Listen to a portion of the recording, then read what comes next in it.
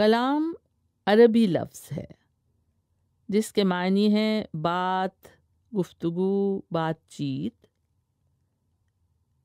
لیکن شاعری کو بھی کلام کہا جاتا ہے۔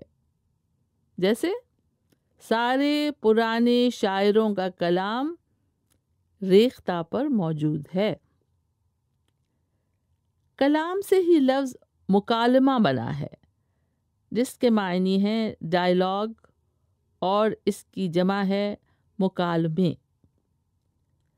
لفظ کلام کے ساتھ دوسرے لفظ جڑ کر کئی اور بہت سے معنی پیدا کرتے ہیں، جیسے تکیہ کلام یعنی کلام کا سہارا۔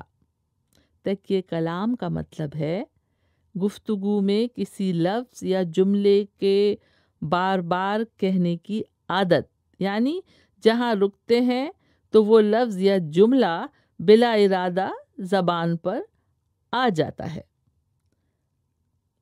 قطع کلام، قطع کا مطلب ہوتا ہے کاٹنا۔ قطع کلام یعنی انٹرپشن ڈیورنگ کنورسیشن۔